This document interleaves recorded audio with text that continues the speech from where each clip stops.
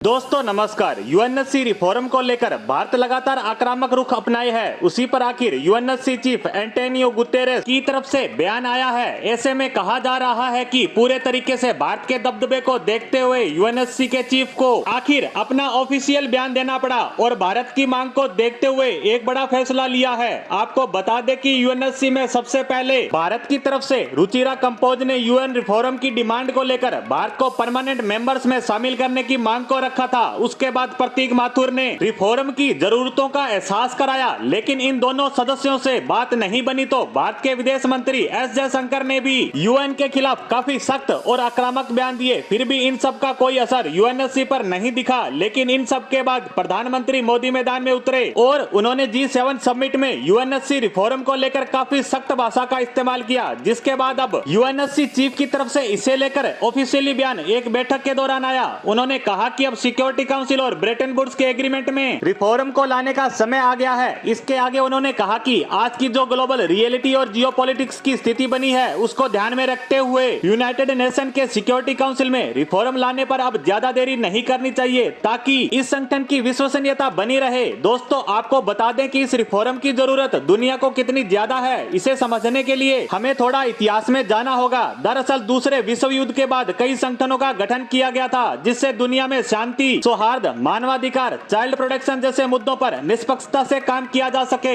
इसके लिए दो तरह की आर्थिक शक्तियां इन संगठनों में शामिल हुई। एक तो वह जो पहले से काफी ज्यादा पावरफुल थे और दूसरे वे जिनको आजाद हुए कुछ ही समय हुआ था, जो काफी ज्यादा पिछड़े थे। इसीलिए इन संगठनों में इन पावरफुल देशों ने बिना किसी सहमति या वोटिंग के पावर को आपस में ही डिवाइड कर लिया और तब से लेकर अब तक यही सिस्टम चला आ रहा है। लेकिन अब विश्व की परिस्थितियां काफी ज्यादा बदल चुकी है। इसी को ध्यान में रखते हुए यूएन में रिफॉर्म की मांग काफी समय से उठती आ रही है और भारत भी इसी डिमांड पर काफी समय से आक्रामक रुख अपनाए है। 1944 में दुनिया के 44 देश इकट्ठा होकर इस एग्रीमेंट पर हस्ताक्षर करते हैं, जिसका उद्देश्य ग्लोबल इकोनॉमी को बढ़ावा देना था, जिसके तहत ही IMF और वर्ल्ड बैंक का गठन हुआ। इंटरनेशनल करेंसी ट्रेडिंग को लेकर भी कई मुद्दों पर इसी एग्रीमेंट के ब्रेटन वुड्स पर चर्चा हुई थी और जिसके बाद से ही ट्रेडिंग का यह पैटर्न चलता आ रहा है। और यह सब अमेरिका और ब्रिटेन की अगुवाई में हुआ था, क्योंकि उस समय यही दो देश सबसे ताकतवर थे। इससे आपको समझ आ गया होगा कि पूरी दुनिया के लिए सिर्फ कुछ देशों के बनाए कानून अब तक चले आ रहे हैं और इन्हीं में परिवर्तन की मांग भारत कर रहा है। लेकिन अब भी यह बात क्लियर नहीं है कि क्या इस एग्रीमेंट में कुछ बदलाव होगा। नॉन परमानेंट सदस्यों की सीटों में इजाफे के अलावा कोई बदलाव भी होगा या नहीं, या फिर असल में कोई बड़ा बदलाव देखने को मिलेगा, क्योंकि भारत चाहता है कि परमानेंट मेंबर्स की सीटों और वीटो पावर को लेकर भी रिफॉर्म किया जाए, ताकि इन देशों की मनमानी को कम किया जा सके। और ऐसा होने से सुरक्षा परिषद की विश्वसनीयता में भी इजाफा होगा और यह विश्व के विवादास्पद मुद्दों को पूरी ईमानदारी और निष्पक्षता से सुलझा सकेगा। लेकिन देखने वाली बात है कि क्या यह सब बयानों में सिमट कर रह जाता है या इससे आगे भी कुछ होता नजर आएगा। इसी के साथ हमारी आज की पोस्ट को यहीं समाप्त करते हैं। धन्यवाद।